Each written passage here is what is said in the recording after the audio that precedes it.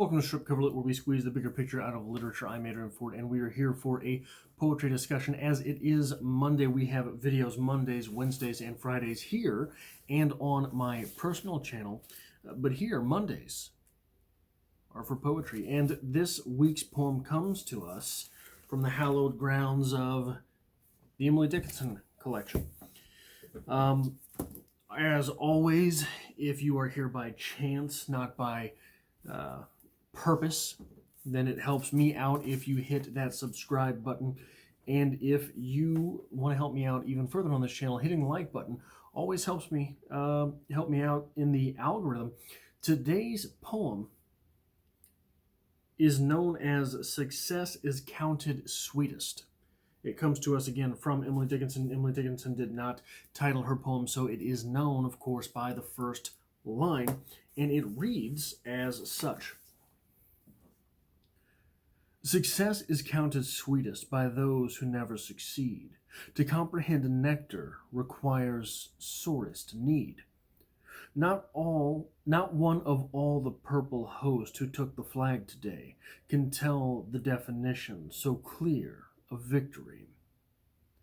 As he defeated, dying, on whose forbidden ear the distant strains of triumph burst, agonized and clear.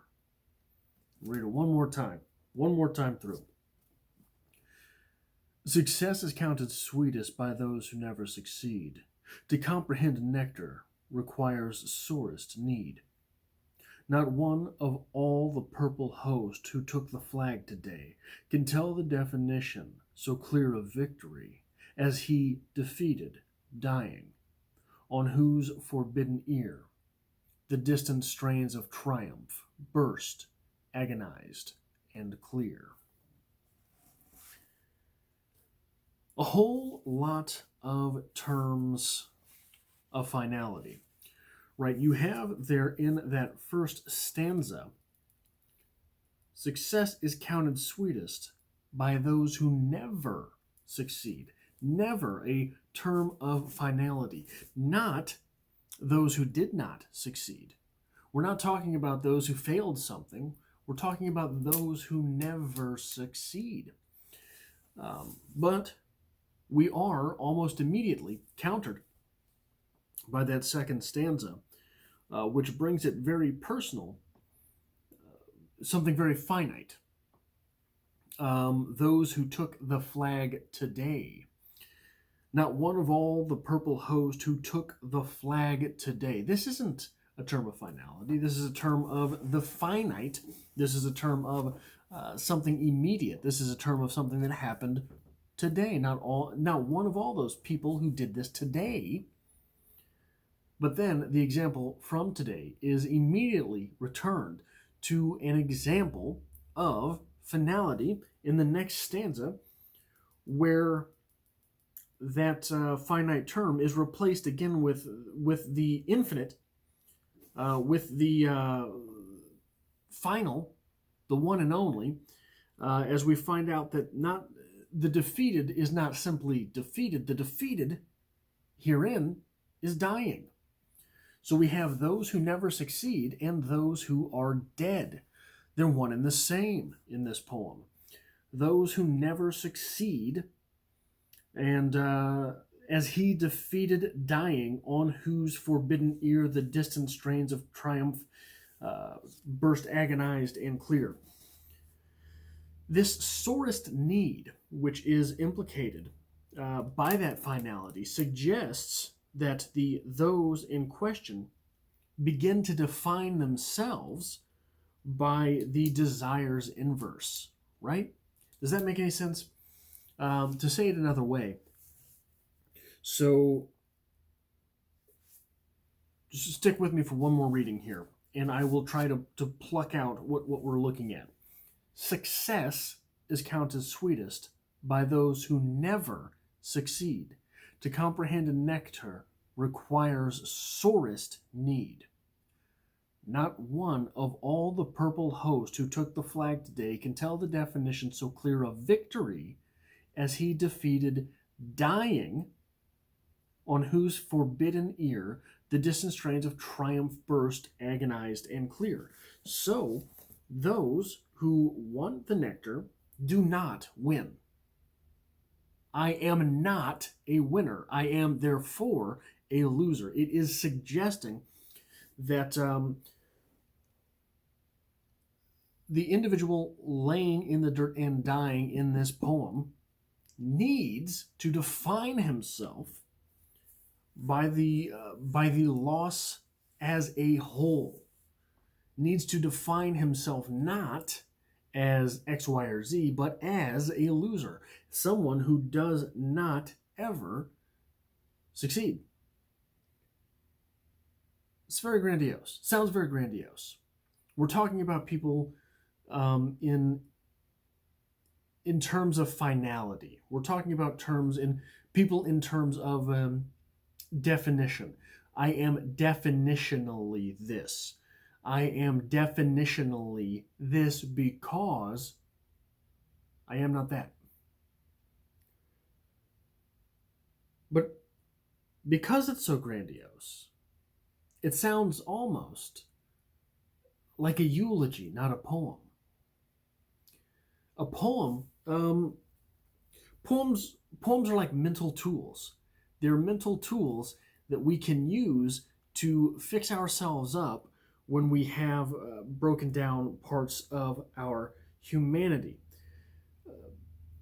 This doesn't feel like that because it exists in terms which are so final. This does not feel like a tool, a little life lesson with which we might fix ourselves. It feels like a eulogy because it is complete, because it is the overarching something. It is not this little tool with which we might break into the latter half of our brains and fix something when we feel like a loser. It is something stating that because we are needing something so badly, we must be definitionally a loser. It feels unpoetic because of that finality. Or does it?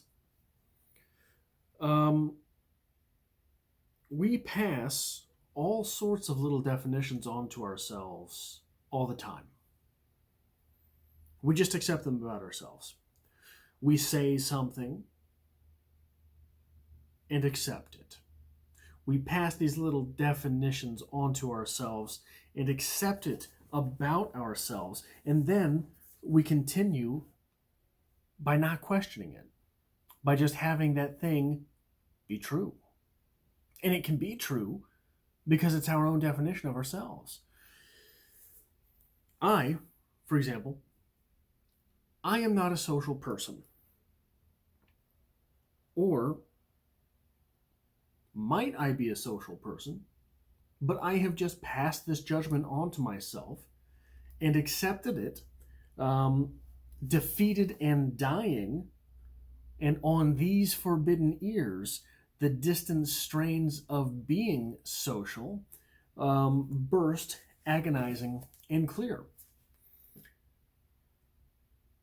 I have great faith in Emily Dickinson.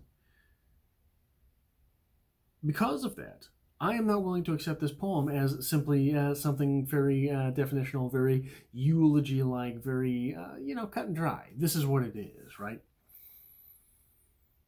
I think that this is a deeper connotation. I think that this is a deeper type of conversation starter, not a conversation ender.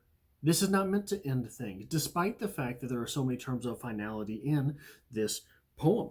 I think that this very much is saying, in the way that poetry does, it is providing a tool to us in order to fix ourselves up when we feel certain ways about ourselves, when we feel defeated, when we feel offset, when we feel off-put. In that, what it is saying is that all of us have felt this way, in this sorest need, from time to time about certain things. There is something about everyone which all of us have defined in negative terms, have accepted in finality.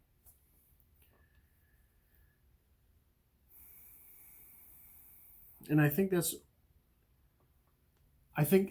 is a recognition of that. It's not inspirational by any means. There's a lot of Emily Dickinson which is not inspirational. But that's not to say that it has to be depressing. I think that these terms of finality in the end up being recognition. That we all have to look at ourselves and recognize that each of us has chased a flag today and has lost. But is that to say that we cannot chase the same flag again tomorrow? I don't think so. I don't think that's what it's saying. I think that this poem, though it is not inspirational, I think it would be kind of hallmark and hoity-toity if it were inspirational, with the themes that we're going with: death, finality, need.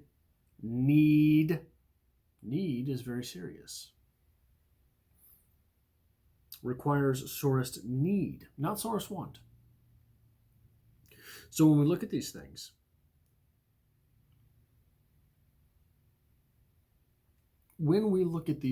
we are tempted, I think, to imagine this poem as very final. But I don't think it has to be. That is all I have for this poetry discussion. I hope to see you back on Wednesday here and on my personal channel. I will try to remember to link a pinned comment from my personal channel, so go down there and follow me over there as well. But that is all I have for this poetry discussion. I hope to see you back not just Wednesday, but today on my personal channel, and next week, next Monday, for more poetry.